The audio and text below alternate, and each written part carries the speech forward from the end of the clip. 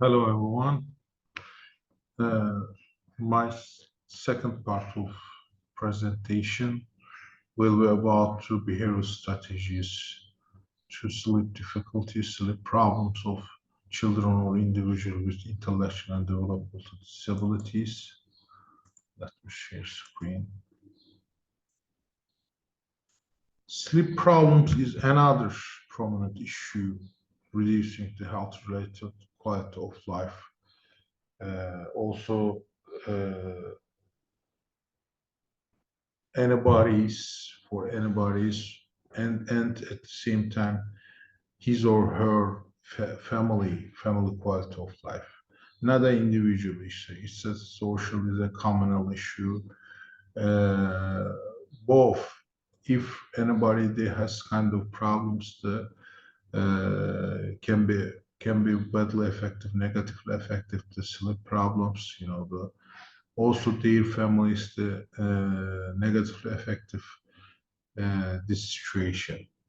So if somebody with or without disability has a kind of problems, definitely some behavioral strategies or techniques that should be used to solve these problems, especially when we consider the children with or without disabilities. Sleep problems that must be solved definitely. Many children and adults with IDD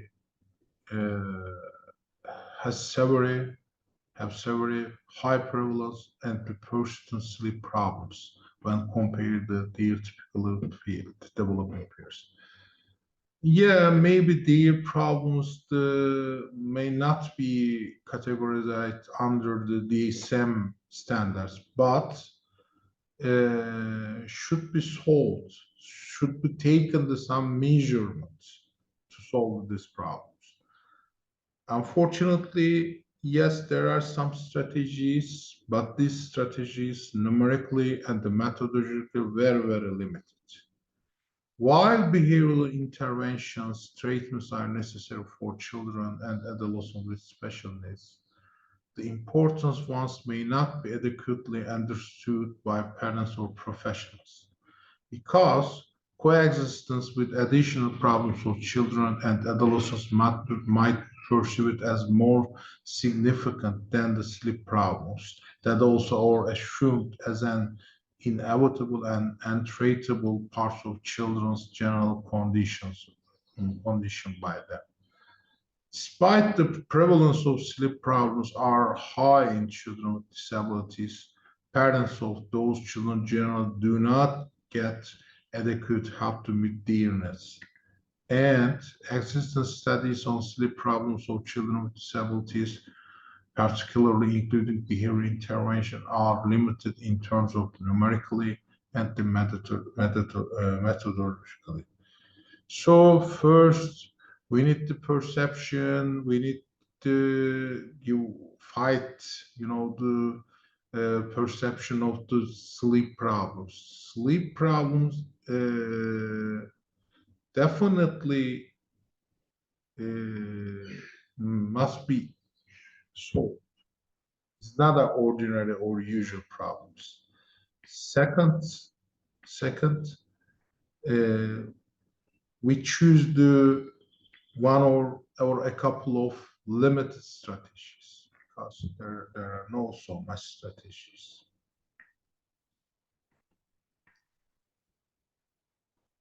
We have a table for you.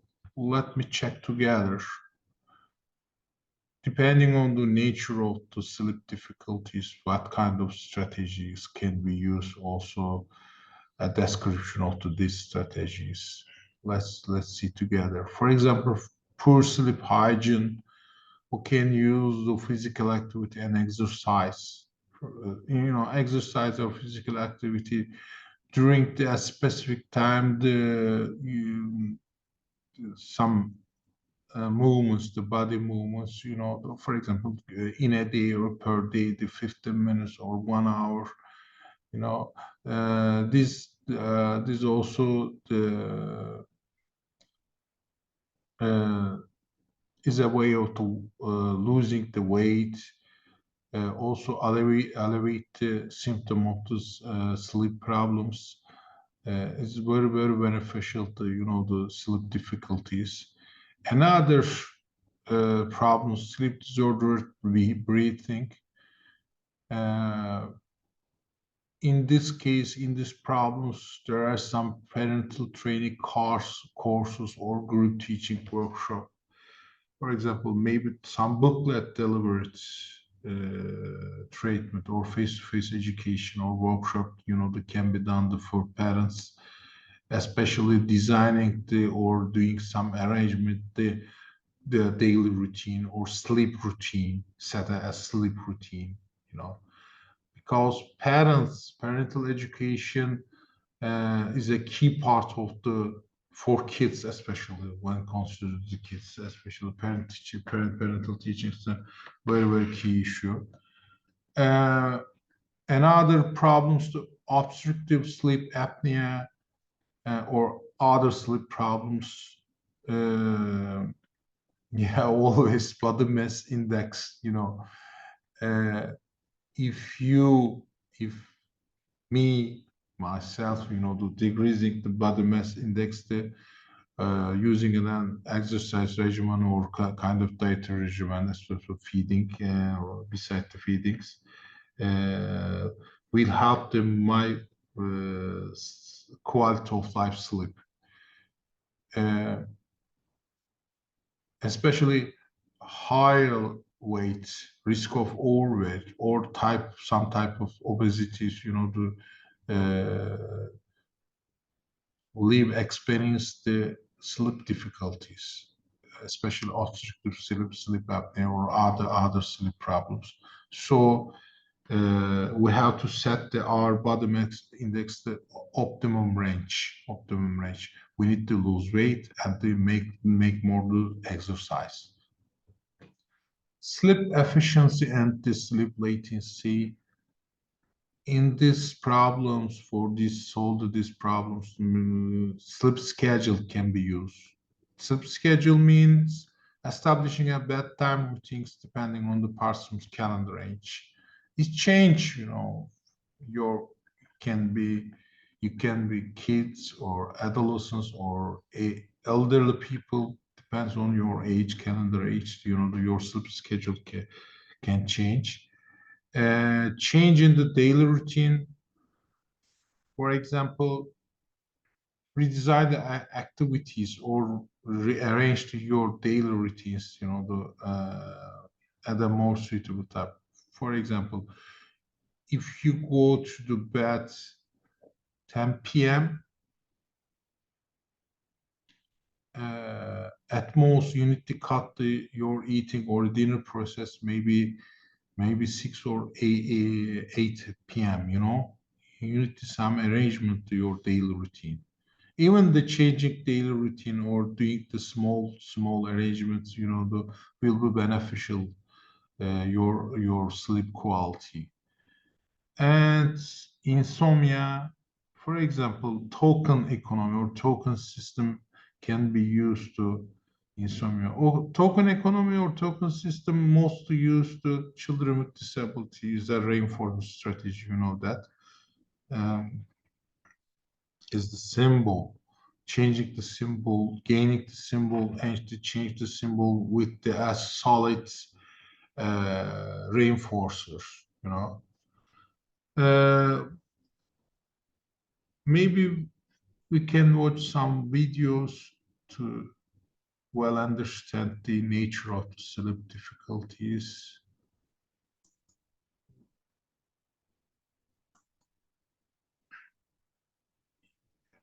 Let's see together.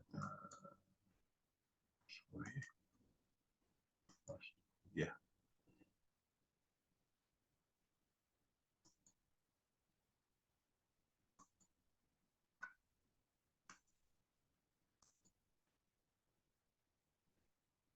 This video about the connection between autism and sleeps, why so important sleep for children with autism spectrum disorder or any kids without disabilities. The stars blink silently. A full moon glows above, and a hush has fallen across the land. But upstairs in this house, a small boy is busy building a castle in his room.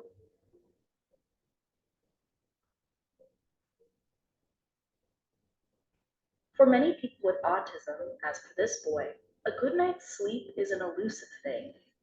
As much as 86% of children on the spectrum experience disrupted sleep, which can leave them feeling out of sync with the rest of the world.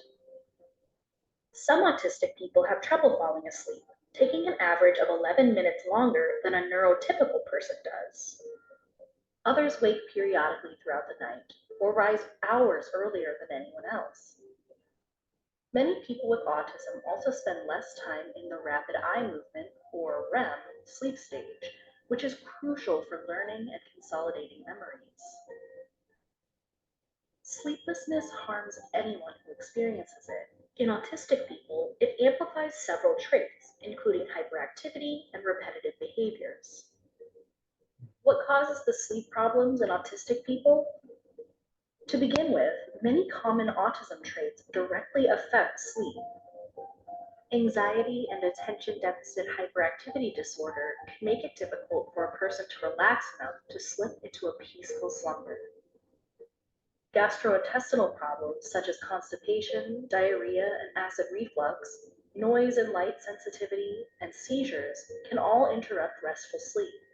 People with autism also have a higher incidence of sleep apnea, a condition that causes breathing to start and stop erratically.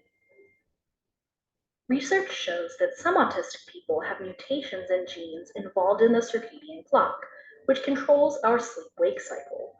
And some children on the spectrum produce irregular amounts of the sleep hormone melatonin at night. This might make them feel awake when they should feel sleepy, or make it difficult to judge when it's time to get up. With such variable causes, treating sleeplessness in autistic people is a huge challenge. That's complicated by the fact that it's difficult to disentangle the effects of autism on sleep and vice versa.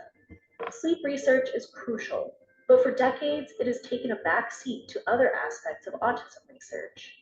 That may be changing, however, as researchers start to see poor sleep not only as a side effect of autism, but as a hallmark of the condition.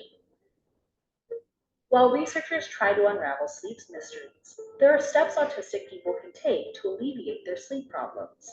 Exercising during the day, limiting exposure to noise and digital screens before bed, building a routine around sleep, and having a consistent bedtime are all associated with improvements to the quality of slumber. Drugs such as slow-release melatonin may also streamline sleep cycles in some people with autism.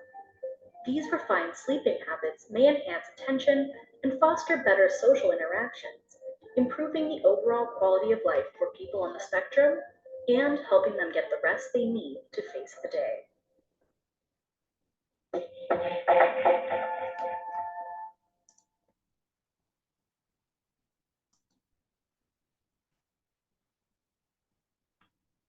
Yeah.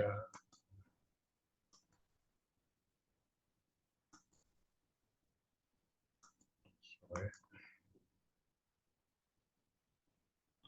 Let's see the one more video about sleep difficulties.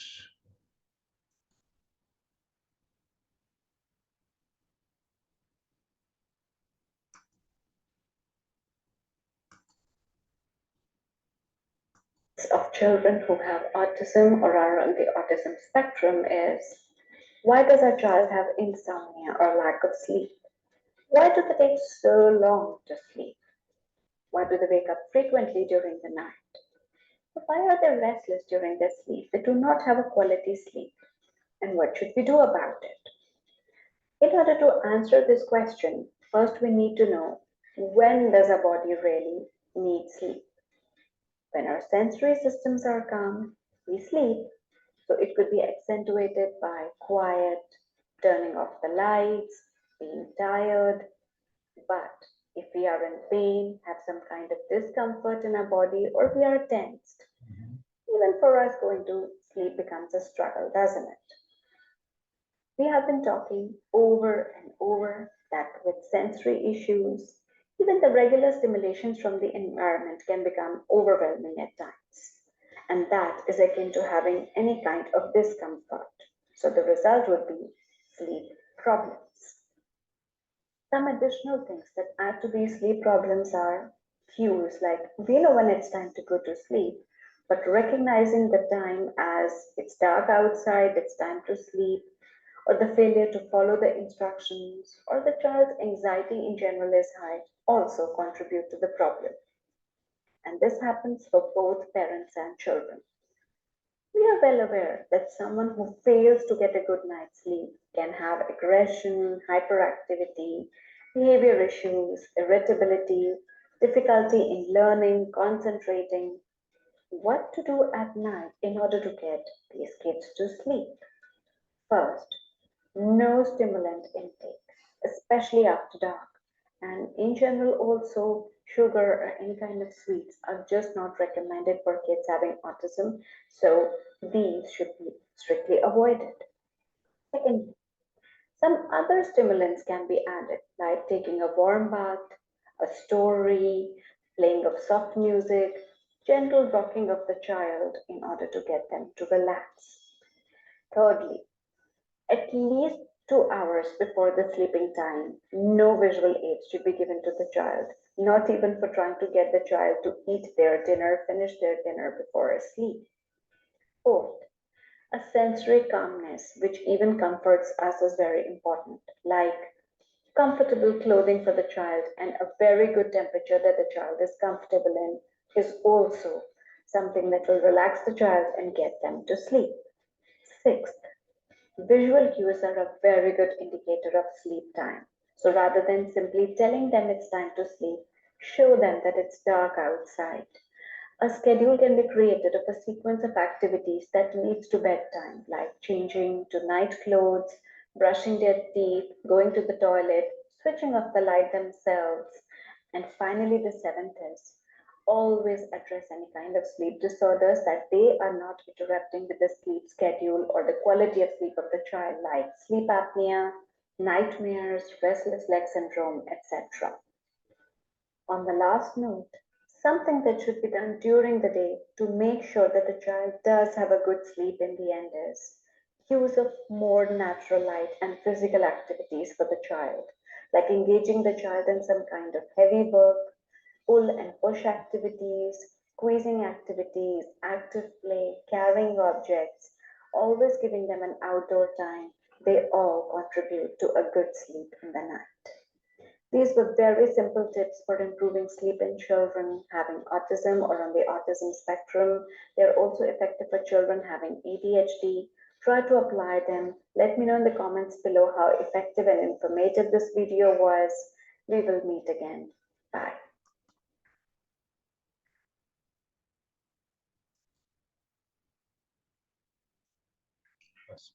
Hello, friends. Right. If you Slide. And there are kinds of video, sleep difficulties. Maybe you can watch later. One of the most effective strategies or techniques, the exercise. Several studies investigated the effectiveness of the exercise, especially periodically, and set your weeks, or your daily routine. Even the small amount of maybe less time of the exercise, maybe 10 minutes or 15 minutes, to elevate sleep disorder or sleep difficulties.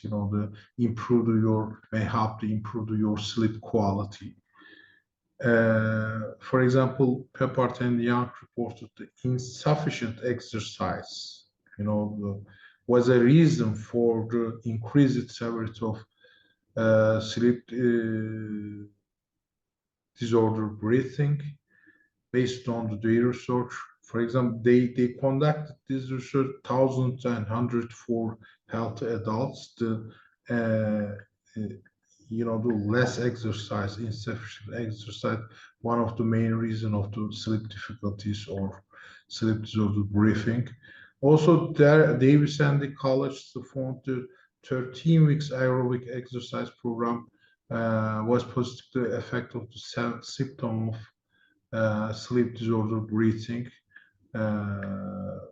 for half of overweight participant children. Even be overweight kids, the positively effective the aerobic or exercise program.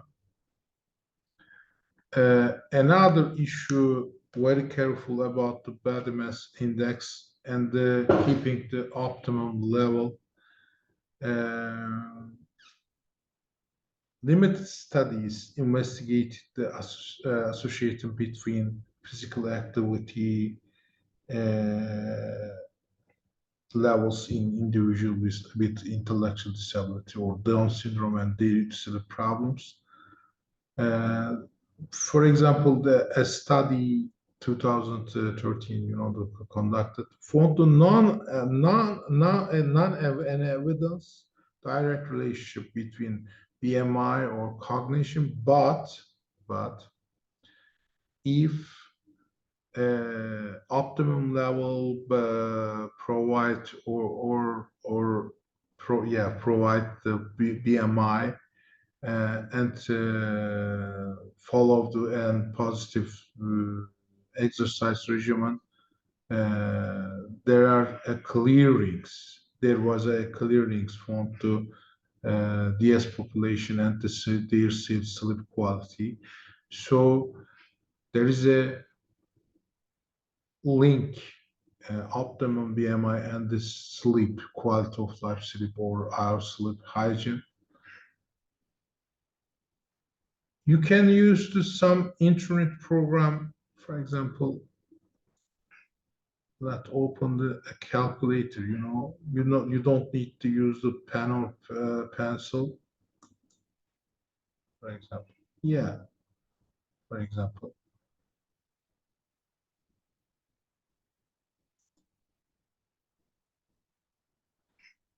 If you write here your age, choose your gender, write here your height and weight, and then you can calculate, and you can see what is your range, the between, or to classify the underweight or normal range, overweight or obesity.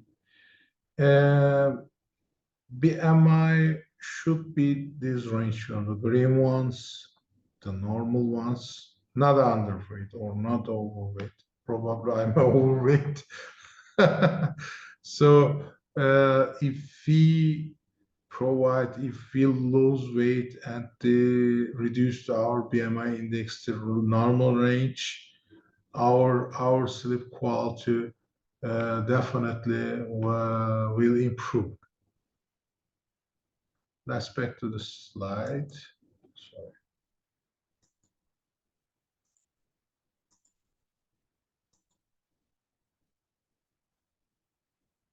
You can use this video or watch this video, to show how to calculate the BMI. There are simple method, but I think this internet link, the very easy to find your BMI level, or you can calculate your kids, or if you work as a practitioners working with the children with disability, you can use these links.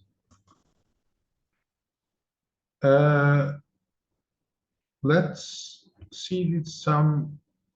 check some analysis, some investigation, some reports, research results. For example, Hikam and Laskamp reported although about 15 to 50% of people with intellectual disability living in residential settings suffer from sleep problem, really high level. Almost half of them have the sleep problems. Who living in the residential settings. But unfortunately, there's a scant attention, not high level or acceptable level, pay attention to these problems or these people who have kind of sleep problems. Unfortunately, I'm not a support, until completing the all behavioral strategies, using the pharmacological ways, drugs, for example. Yeah, maybe some people, if the severity and completed the all techniques, maybe can apply, or the medical doctors, and maybe take some drugs, some medication for elevated sleep difficulties or the providing the sleep quality. But I insist always to myself, my kids, the behavioral techniques, behavioral strategies, changing our daily routines, the, even changing our daily routines, small change may elevate our sleep difficulties. And then maybe observation, will be definitely after going to the medical doctor, maybe you can be used to some pharmacological way. And in this research, they focused on the improving sleep in people with ID living in residential settings by non-pharmacological intervention. Their research results showed the sleep efficiency, sleep latency, and the rising latency improved significantly. The time spent in bed decreased significantly, and the hours of sleep while in bed increased significantly by non-pharmacological intervention. Let's see what they used to in this intervention. First, sleep schedule, which means that bedtimes corresponded better to participant calendar age. Sleep schedule has to be arranged based on the participant calendar age. Second, change in daily routine. Meaning that activities were undertaken at more suitable time. Activity during the day, increasing the length of the activities, the more exercise, doing a more exercise, physical activities. And four, combination of sleep schedule and activities during the day. And last, the other solutions. All of them, the behavioral strategy, behavioral change, modification. It's proved the improving the sleep quality, sleep hygiene.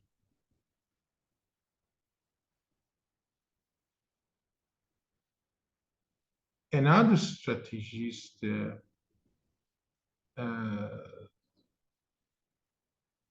parental education, especially children with autism spectrum disorder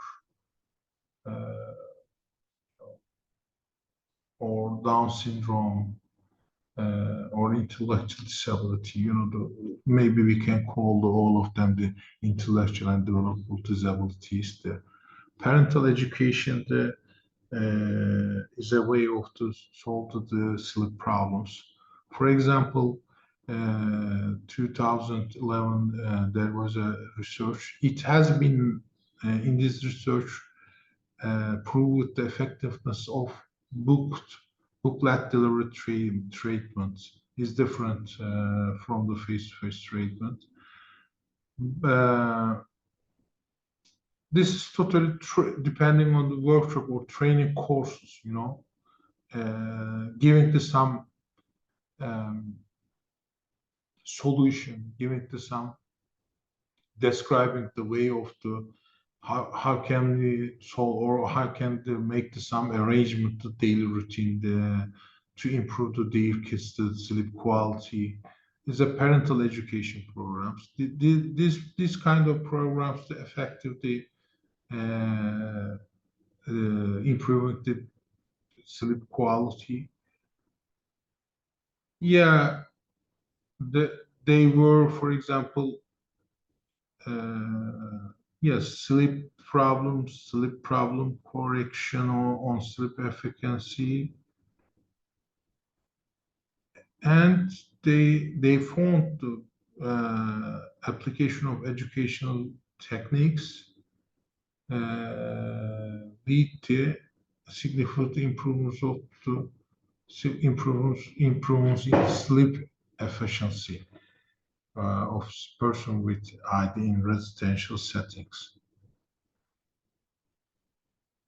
Yeah, there are several behavioral strategies significantly improve the sleep quality and durations.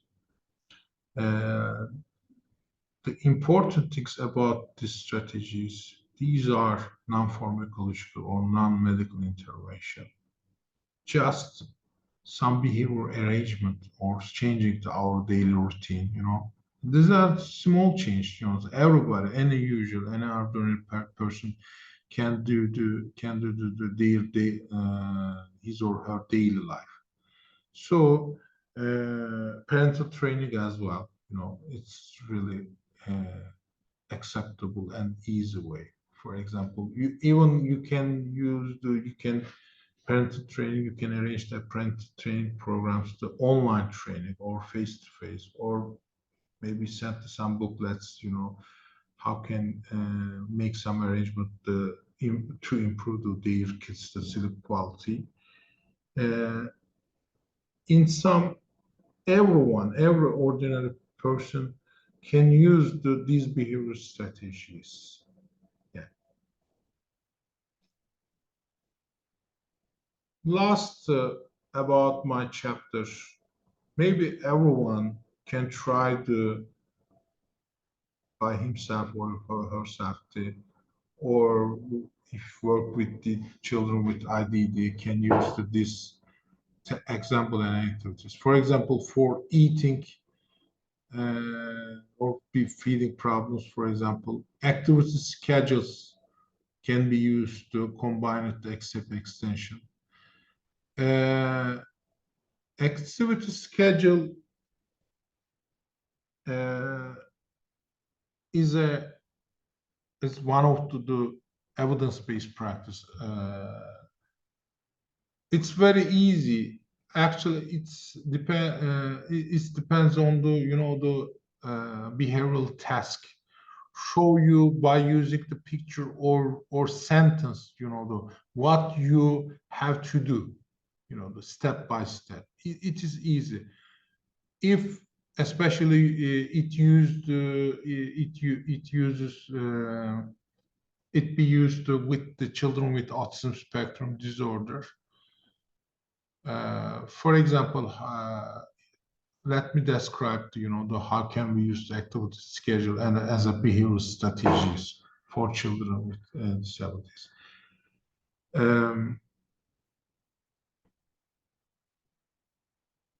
In our activity schedule, there are some pictures. For example, red plate, yellow plate, or white plate.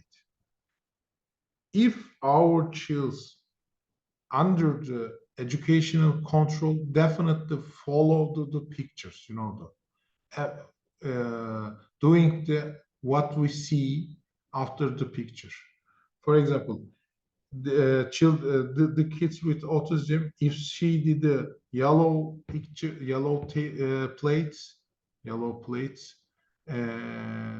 going to eat the what served in yellow plate will eat that bite or those foods. And the following page, for example, the red plate will go to eat or to intake the food, from the red plate or white plate. For example, we can put the unpreferred food just twice. Think about the 10 steps activity schedule, okay? Eight of these steps with the red plate, including the preferred foods, and just twice steps include with the yellow plate includes the unpreferred food. maybe we can separate it. For example, the third step and seventh step can consist of, you know, the yellow place, you know. When he or she starting the preferred food with the red plate, you know, eating the red plate food, serving the red plate food, when see the yellow plate, and if we use some verbal reinforcement, you know, can easily, you know, eat the food from the yellow plate, you know. But we need a little bit insist and maybe using some physical guidance, you know, or verbal reinforcement can easily use the activity schedule as a behavioral strategy to the feeding problems. And another example for sleep problems, for example, a token economy. You know, the token economy, token system that depends on the exchange of the symbol, you know, the obtain it after a positive behavior, the obtain it the symbol, the solid symbol, and they change the with the reinforcer. For example, we can use this token system as a behavior strategy. For example, parents can use a token system or token economy to establish a strict bedtime routine, prevent the delayed sleep onset or deletion routine. When the child goes to bed on the time and the fall asleep without disturbing behavior, parents can give a child a symbol so that the child can later replace it with a solid reinforcement, for example, such a toy, snack, or activity. Every parent can easily use these strategies to, you know, without any help, you know, because it's very easy strategies. And the last,